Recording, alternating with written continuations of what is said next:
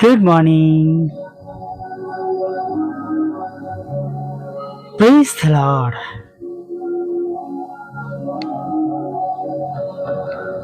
પ્રભુનું વચન કહે છે કે મારા સંબંધનું જે છે તે સર્વ યહોવા પૂર્ણ કરશે.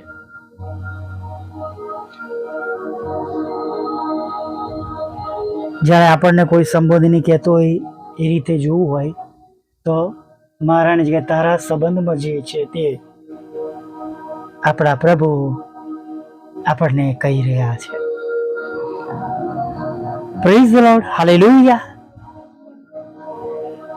અને આજે સવારમાં પણ દરરોજની જેમ વિશ્વાસ સાથે જીવતા ઈશ્વરની સમ્મુખ નમી જઈએ. Praise the lord. આજની સુંદર સવાર ફરીવાર તેમની મોટી દયા, કૃપા અને કરુણા થકી આપણે જોઈ શક્યા છે. નહીં?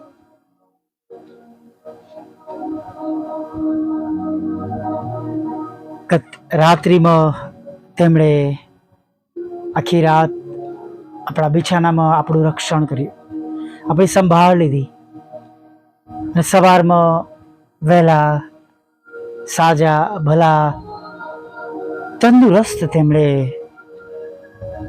આપણને જગાડ્યા છે, બલકે જીવતાઓની ભૂમિ પર રાખ્યા છે, તેમજ જીવતાઓની ભૂમિ પર ગણ્યા છે.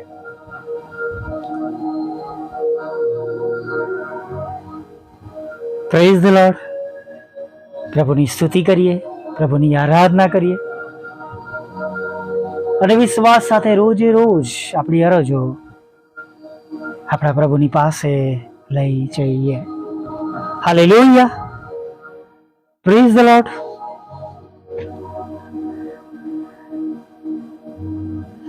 ઓગણીસો સાલની આ વાત છે, જ્યાં બે જુવાન સ્ત્રીઓ જુદા જુદા સ્થળે રડતી હતી.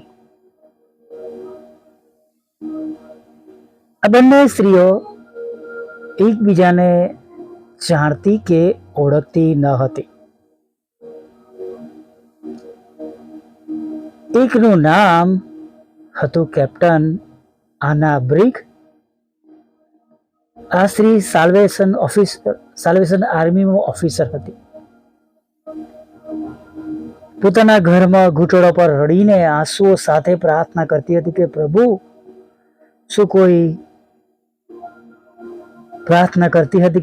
શું કોઈને મારી જરૂર નથી?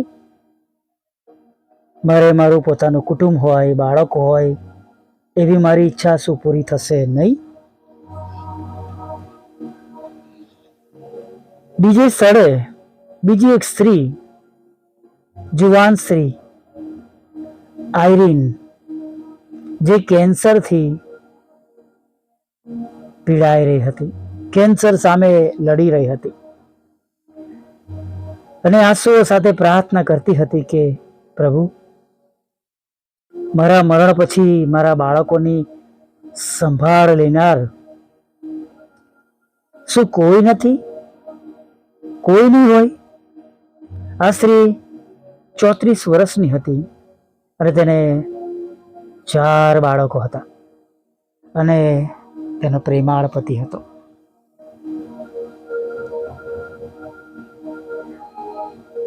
આ વખતે આ બંને માંથી કોઈ સ્ત્રીને તેમની પ્રાર્થનાનો જવાબ મળ્યો નહીં. થોડા મહિના પછી આ સ્ત્રી કેન્સરમાં મરણ પામી. તેનું કુટુંબ વિખરાઈ ગયું. કોઈ સમાચાર પત્રમાં આનાએ આયરીન બેનના મરણના સમાચાર વાંચ્યા અને તેના પતિને દિલાસો આપતો પત્ર લખ્યો.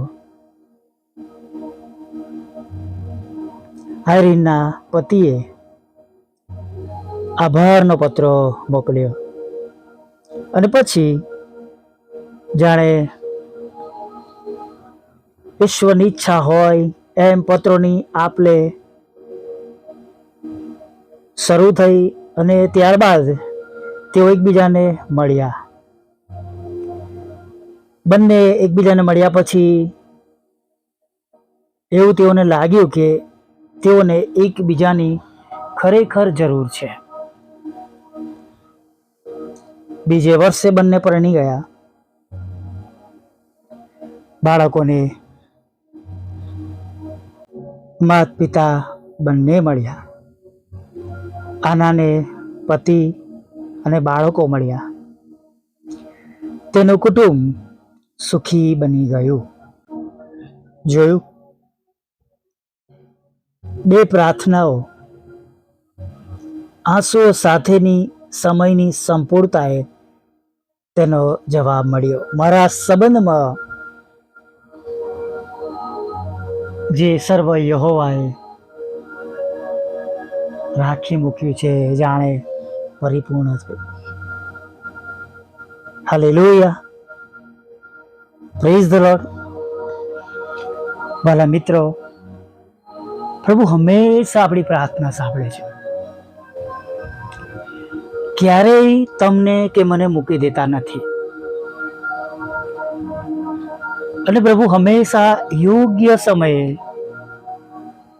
તમારી અને મારી પ્રાર્થનાઓ સાંભળીને તેનો જવાબ આપે છે. હાલેલુયા. હા, યોગ્ય સમયે પ્રભુ પ્રાર્થનાનો ઉત્તર આપે છે.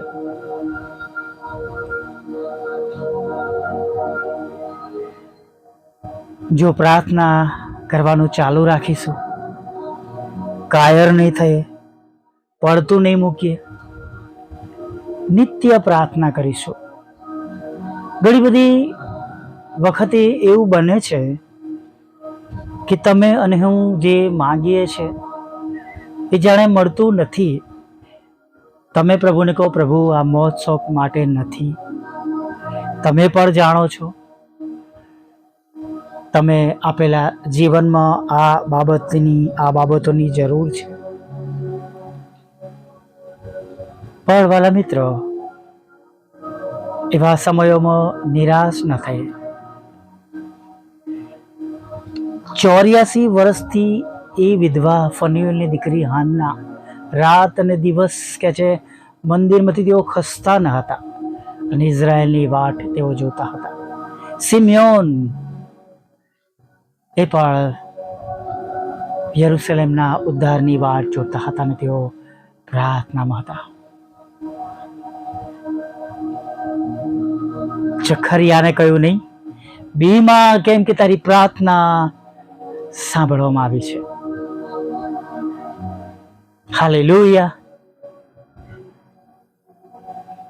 આજે પણ એ જ પ્રભુ છે વાલા મિત્રો, જેમણે સારાને કહ્યું, શું યહોવાને કઈ અશક્ય છે? હાલેલુયા,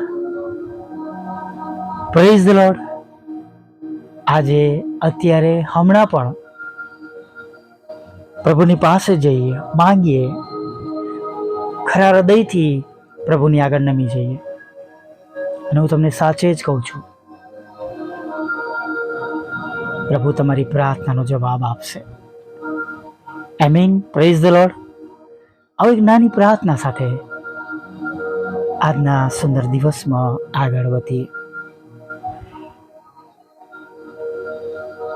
વાલા પ્રભુ, અમે તમારી સ્તુતિ કરીએ છીએ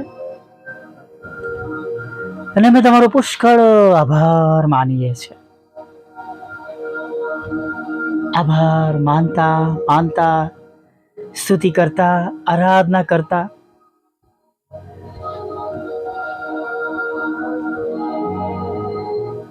પ્રભુ તમને વિનંતી કરીએ છીએ, આજે આખો દિવસ તમે અમારી સાથે રહેજો, અમારી સંભાળ લેજો, અમારી કાળજી લેજો. અમારો જમણો હાથ પકડીને તમે અમને દોરજો અને ચલાવજો. અને આજના આ દિવસમાં સફળ કરજો.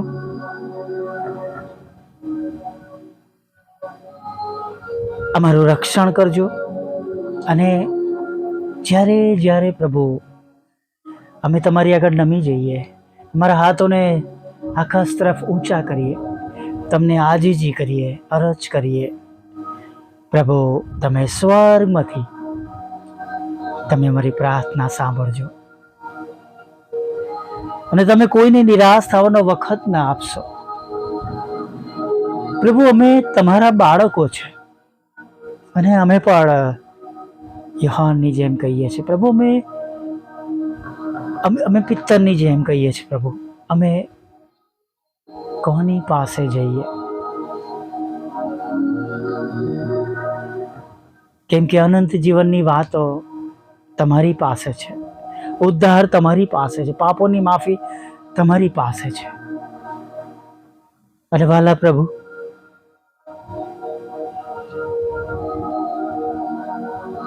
જેટલા લોકો તમારી આગળ નમેલા છે અને જેમ જેમ તમને અરજ કરી રહ્યા છે, તેમના હકમાં પ્રાર્થનાઓ સંભળાય એવું થવા દો. તેઓના હૃદયની ઈચ્છા પ્રમાણે પ્રભુ તેઓને મળે. ખાસ પ્રભુ દિલીપભાઈ માટે પ્રાર્થના કરીએ છીએ, એ ન્યુરોના રોગમાંથી તમે સાજા કરો. જેમ તમે 38 વર્ષના એ માદાને કહ્યું, તારો બિછાનો ઉચકીને ચાલતો થા. પ્રભુ અમે સગડા સાંભળનાર, વિશ્વાસ કરનાર દિલીપભાઈને માટે કહે છે, તમે પ્રભુ ઈસુના નામમાં સાજા થઈ જાઓ. હા પ્રભુ, એવા ઘણા બધા લોકો છે પ્રભુ કે જેઓ આજે તમારું નામ નથી જાણતા. પ્રભુ દરેકને તમારું ભલું નામ મળે, તમારી ઓળખાણ મળે, અનંત જીવન પ્રાપ્ત થાય, પાપોની માફી મળે અને તેમનો બચાવ થાય એવો થવા દે. જેઓ પાછા પડ્યા છે, ખોવાઈ ગયા છે, તમે તો 99ને મૂકીને શોધવા જનાર પ્રભુ છો, એકને શોધવા જનાર પ્રભુ છો. ત્યારે પ્રભુ એવા લોકો પાછા ફરે અમારા ઓડિયો વિડીયો દ્વારા પ્રભુ પિતા, અમારી ફેસબુક, વોટ્સઅપ, યુટ્યુબની સેવા દ્વારા પ્રભુ પિતા, કે પ્રભુ લાઈવ સંગતો દ્વારા પ્રભુ તેમનો નાશ ના થાય, તેમનો બચાવ થાય, તેઓને પસ્તાવી હૃદય મળે પ્રભુ, એવું તમે થવા દેજો. પ્રભુ પ્રાર્થના કરીએ છીએ, ઘણા બધા લોકો આજે તમારી આગળ બીમાર છે પ્રભુ. પ્રભુ તેમના શરીરોમાં કેન્સર છે, તેમના શરીરોમાં ટીબી છે, HIV છે, લોહીના રોગો છે, નસોના રોગ છે, ચામડીના રોગ છે, હાડકાના રોગ છે, જુદા જુદા અંગો બંધ થઈ ગયા છે, હૃદયના રોગ છે, કિડનીઓના રોગ છે, લીવરના રોગ છે, જઠરનો રોગ છે, એપેન્ડિક્સનો રોગ છે પ્રભુ, આંતરડાનો, ફેફસાનો પ્રભુ રોગ છે પ્રભુ પિતા. હા પ્રભુ, કરોડરજ્જુનો રોગ છે પ્રભુ, અને પ્રભુ ન્યુરોન, નાના મોટા મગજનો રોગ છે પ્રભુ, આંખ, કાન, ગળાનો રોગ છે પ્રભુ, ચામડી ખરી પડી રહી છે પ્રભુ પિતા, આંખોની પાપડોના વાળ કરી ગયા છે પ્રભુ, આંખેથી ઝાંખું દેખાય છે પ્રભુ, એસિડિટી છે, માઇગ્રેન છે, થાઇરોઇડ છે પ્રભુ પિતા, કોલેસ્ટ્રોલ વધી ગયું છે, બ્લડ પ્રેશર હાઈ થયું છે, શક્કર વધી ગઈ છે પ્રભુ, અકસ્માત થયો છે પ્રભુ, કોમામાં છે પ્રભુ પિતા, લકવા થઈ ગયો છે, ચક્કર આવી રહ્યા છે, ખેંચ આવી રહી છે, અશુદ્ધ આત્માની પ્રભુ એવી અયોગ્ય બાબતો છે પ્રભુ, કૃપા કરો. દરેક મત રોગ અને મંદવાડ અને દરેક એવી અંધકારની સત્તાઓ પ્રભુ ઈસુના નામમાં તેમના શરીરમાંથી નીકળીને સમુદ્રના ઊંડાણમાં પડે, તેઓ સાજા ભલા તંદુરસ્ત થાય એવી અમે પ્રાર્થના કરીએ. તમામ લડાઈ ઝઘડા, કોર્ટ કેસ, FIR ખોટા તોમતો દૂર કરજો પ્રભુ, તમે તેમને વિજય અપાવજો, જુદી જુદી પરીક્ષામાં તમને પાસ કરજો પ્રભુ પિતા.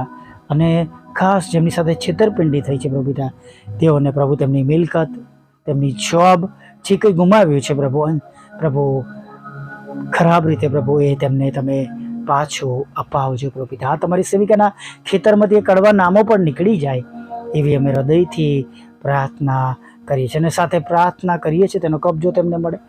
હા, તમારી સેવિકાના એ બંને મકાનો પ્રભુ વેચાય, તેનો આશીર્વાદ તેઓ જુએ.